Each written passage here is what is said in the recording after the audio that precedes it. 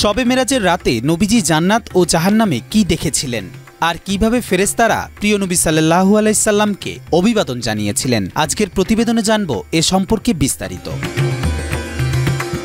বাইতুল মুকাদ্দাস থেকে ৭ আসমানের ওপর সিদরাতুল মুনতাহায় গমন ও সেখান থেকে আবার বাইতুল মুকাদ্দাসে ফিরে আসা মিরাজ হিসাবে পরিচিত।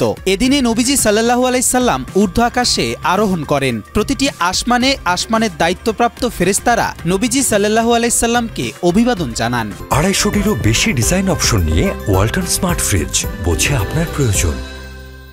তারা দরজা খুলে স্বাগত জানিয়ে বলেন, মারহাবা নাবিকা ইয়া খাইরা খালকিল্লা, আপনাকে স্বাগতম হে আল্লাহর সৃষ্টির সেরা। এ সফরে নবীজিকে জান্নাত ও জাহান্নামের ভ্রমণ করানো হয়। নবীজি বলেন, জান্নাতের প্রাসাদগুলো মুক্তার তৈরি আর মাটি হলো মেশকের। মেরাজের ঘটনা বর্ণনা করে নবীজি সাল্লাল্লাহু আলাইহি সাল্লাম বলেন, ওখানে এক ব্যক্তিকে দেখতে পেলাম যার ডান দিকে রুহের একটি ঝাঁক দেখা গেল, বাম দিকেও তেমনি একটি ঝাঁক। ওই ব্যক্তি ডান দিকে তাকালে হাসেন আর বাম দিকে তাকালে কান্না করেন। তিনি আমাকে দেখে অভ্যর্থনা জানালেন এবং বললেন, মারহাবা এ মহান পুত্র, মারহাবা এ মহান নবী। নবীজি জিব্রাইল আলাইহিস সালামকে জিজ্ঞাসা করলেন, ইনি কে? তিনি বললেন, তিনি আদম আলাইহিস সালাম। তার ডান ও বাম দিকে যাদের দেখলেন তারা তার সন্তান। ডান দিকে যারা তারা জান্নাতি আর বাম দিকে যারা তারা জাহান্নামী। আর তাই তিনি ডান দিকে তাকিয়ে হাসেন আর বাম দিকে তাকিয়ে কাঁদেন। এরপর জিব্রাইল আলাইহিস সালাম নবীজিকে নিয়ে দ্বিতীয় আকাশের পানে ছুটলেন। দ্বার উন্মুক্ত করা হলে সেখানে দুই খালাতো ভাই অর্থাৎ হযরত ঈসা আলাইহিস সালাম ও ইয়াহইয়া ইবনে জাকারিয়া আলাইহিস সালামের সাথে সাক্ষাৎ হলো। তারা উভয়ই নবীজিকে মারহাবা বলে দোয়া করলেন।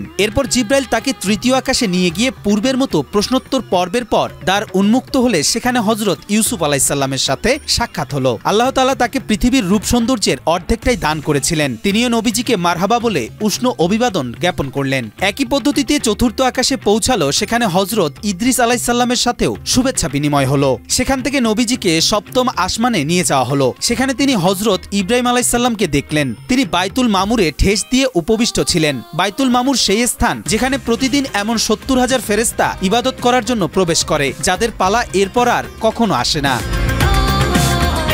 হযরত ইব্রাহিম আলাইহিস সালামও নবীজিকে দেখে অভ্যর্থনা জানালেন। এরপর তিনি নবীজিকে উদ্দেশ্য করে বললেন, মুহাম্মদ, আপনার উম্মতকে আমার সালাম বলুন এবং তাদেরকে অবগত করুন যে জান্নাতের মাটি পবিত্র, এর পানি সুমিষ্ট, জান্নাত হচ্ছে খুব পরিচ্ছন্ন ও সমতল। এরাতে নবীজি সাল্লাল্লাহু আলাইহি সাল্লাম জাহান্নাম পরিদর্শনে গেলে মালিক নামক জাহান্নামের প্রধান রক্ষী নবীজিকে সালাম ও অভ্যর্থনা জানান। নবীজি এ সফরে একদল লোককে দেখলেন যাদের নখগুলো তামার। নিজেদের নখ দিয়ে তারা নিজেদের গাল ও বুক আঁচড় কাটছে। জিজ্ঞাসা করলেন জিব্রাইলকে, এরা কারা? বললেন, এরা ওই সমস্ত লোক যারা মানুষের গোশত খেত এবং তাদের সম্ভ্রমে আঘাত হানত, অর্থাৎ গীবত করত এবং মানুষকে লাঞ্ছিত করত। এ সফরে নবীজি দেখলেন একদল লোকের ঠোঁট আগুনের কাঁচি দিয়ে কাটা হচ্ছে। জিজ্ঞাসা করলেন, এরা কারা? জিব্রাইল আলাইহিস সালাম বললেন, এরা বক্তৃতা করত বটে, কিন্তু নিজেরা আমল করত না।